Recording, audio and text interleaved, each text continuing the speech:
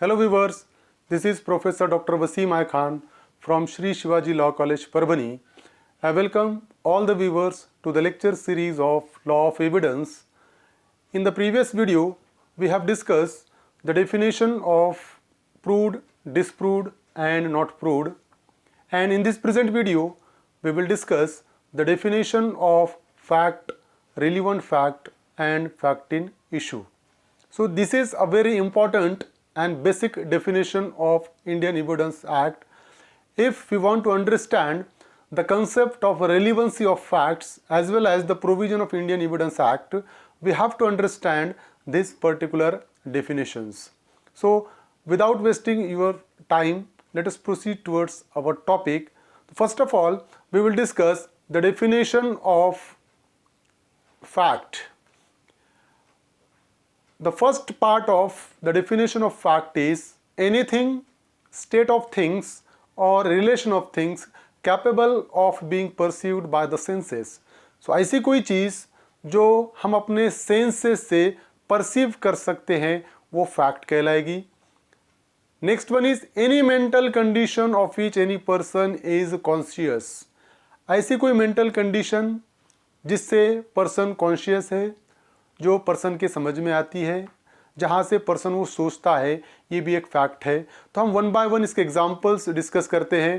तो first part हमने जैसा देखा कि एनीथिंग, स्टेट ऑफ थिंग्स और relation of things capable of being perceived bye the senses. हम जो भी अपने सेंसेस से परसीव कर सकते हैं वो सब फैक्ट्स कहलाएंगे.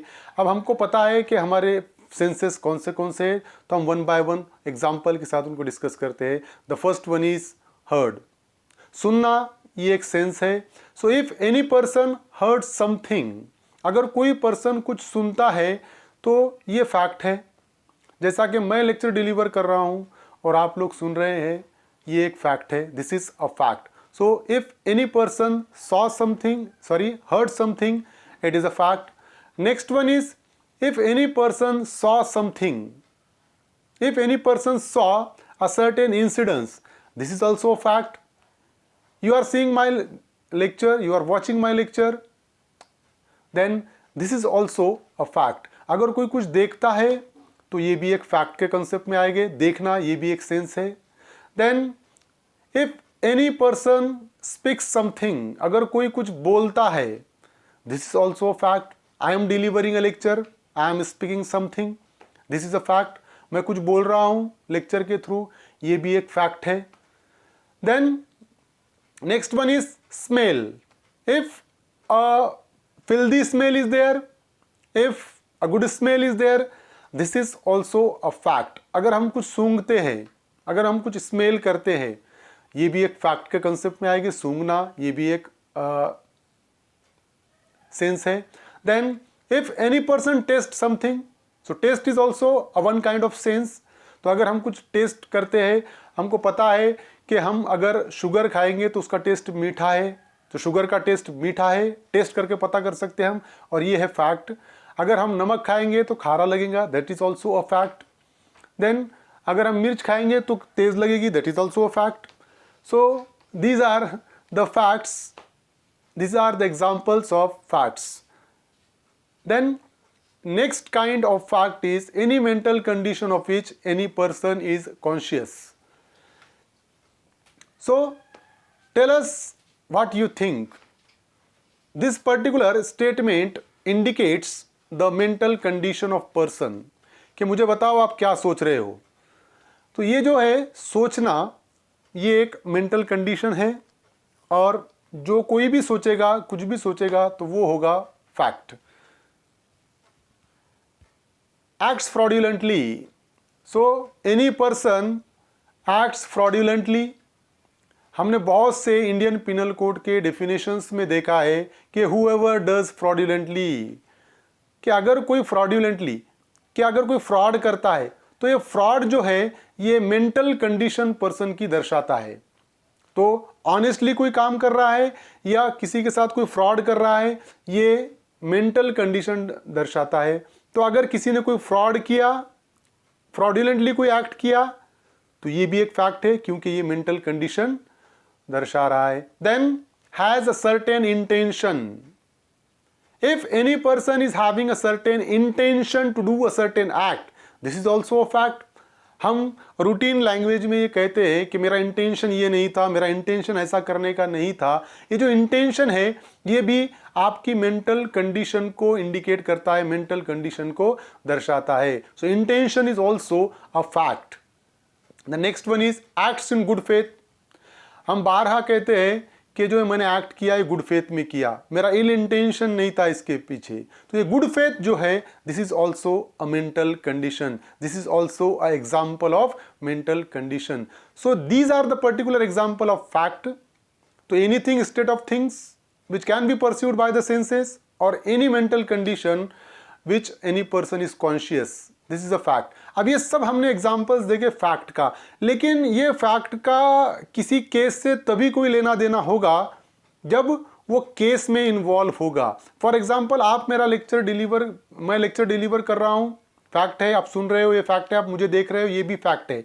लेकिन इसका किसी कोई केस से कोई लेना देना नहीं आएगा, ये सिर्फ फैक्ट है. So when this particular fact becomes relevant, we will discuss in next definition. So now facts दो तरीके के होते हैं, एक तो रिलीवेंट और दूसरा fact in issue. So relevant, one fact is said to be relevant to another when the one is connected with the other in any of the ways referred to in the provision of this act relating to the relevancy of fact. The entire topic relating to the relevancy of fact is discussed from section 5 to 55. तो section 5 से 55 तक relevancy of fact का एक chapter है कि हम वो chapter में देखेंगे. सेक्शन 5 से 55 तक बताया गया है कि कौन से फैक्ट रिलीवेंट होंगे और कौन से केस में रिलीवेंट रहेंगे वो. तो ये फैक्ट रिलीवेंट कहलाएंगे. अब देखो section 5 to 55 dealings with the relevancy of fact. These facts may be relevant. One by one we will discuss admission and confession. So the entire topic of admission and confession is discussed from section 17 to section 30. Section 17 to section 30 तक ये पूरे topics discuss करते हैं admission और confession. We have already discuss that कि if any person admits something in any case it becomes relevant, वो relevant हो जाएगा.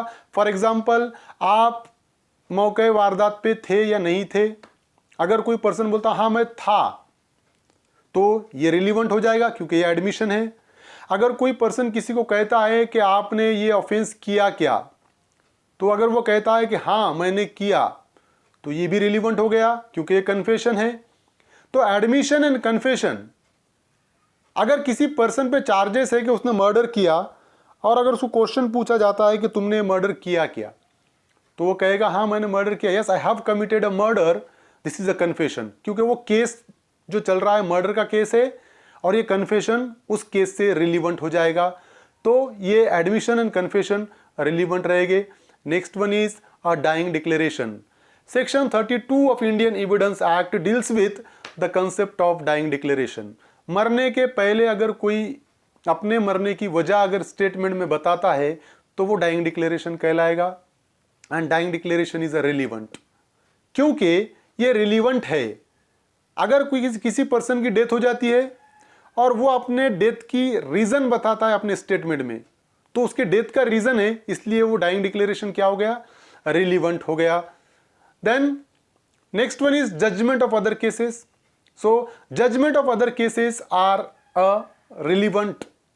अगर सेम आज अगर कोर्ट में कोई केस चल रहा है और प्रीवियसली सुप्रीम कोर्ट ने, हाई कोर्ट ने या किसी और कोर्ट ने उसी तरह के सर्कमस्टांसेस पे बेस्ड कोई केस डिसाइड कर चुका है, तो वो केस का जजमेंट ये केस में रिलीवेंट हो जाएगा.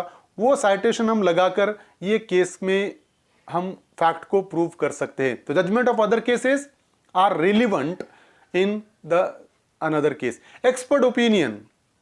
This particular chapter starts from section 45 to 51. Expert opinion. Experts are there because the judge is not an expert in each and every spheres. जज हर एक मामले में एक्सपर्ट नहीं होता है। जज को लॉ का नॉलेज होना ज़रूरी है और उसको लॉ का नॉलेज रहेगा, यही एक्सपेक्टेड है, बट उसको हर तरीके का नॉलेज रहना ज़रूरी नहीं है। फॉर एग्जांपल कि एक पर्टिकुलर बुलेट किसी एक पर्टिकुलर गन से निकली है या नहीं निकली है, ये तो जज उसमें एक्सपर्ट नहीं है। तो इस सिचुएशन में क्या होगा कि बुलेट और गन दोनों अक्यूज्ड के पास से रिकवर किए गए हैं, तो मैजिस्ट्रेट क्या कर सकता है कि एक्सपर्ट का ओपिनियन ले सकता है उस पर्टिकुलर केस में कि ये गन और ये जो बुलेट है ये सेम है या नहीं है। एक्सपर्ट का ओपिनियन क्या हो जाएगा, रिलीवेंट हो जाएगा। Different types of expert opinions are there, experts are there. For example handwriting experts are there, ballistic experts are there, different experts are there. The expert opinion is relevant in any case. Then evidence as to character. Sometimes the evidence as to character becomes relevant. कि bad character good character कुछ cases में relevant हो जाता है, तो evidence as to character is also a relevant fact. Now the third definition is a fact in issue. So any fact from which either by itself or in connection with other facts the existence, non-existence, nature or extent of any right, liability or disability asserted or denied in any suit or proceeding necessary follows. So this is a definition of fact in issue कि कोई भी ऐसा fact जिसके through कोई person, कोई advocate या कोई person किसी चीज का एग्जिस्टेंस, वो चीज है या वो चीज नहीं है, ये प्रूव करता है, या उस चीज का नेचर को प्रूव करता है, या एक आधे राइट को स्टैब्लिश करता है या डिनाई करता है, या लायबिलिटी को स्टैब्लिश करता है, डिनाई करता है, या डिसेबिलिटी को स्टैब्लिश करता है, डिनाई करता है, तो ये जो पर्टिकुलर है वो फैक्ट इन इशू होगा. फॉर एग्जाम्पल उसका ये राइट है या नहीं है, ये कोर्ट को डिसाइड करना है, तो this will be the fact in issue. Person वो पर्टिकुलर प्रॉपर्टी का ओनर है या नहीं है, ये कोर्ट को डिसाइड करना है, तो ये फैक्ट इन इशू हो गया. ए ने बी का मर्डर किया या नहीं किया, ये कोर्ट को डिसाइड करना है, तो ये फैक्ट इन इशू हो गया.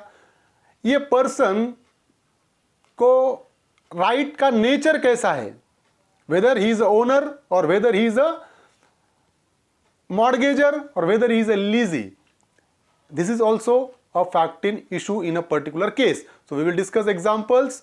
Suppose we have already discussed existence, non-existence, nature or extent of any right, liability or disability.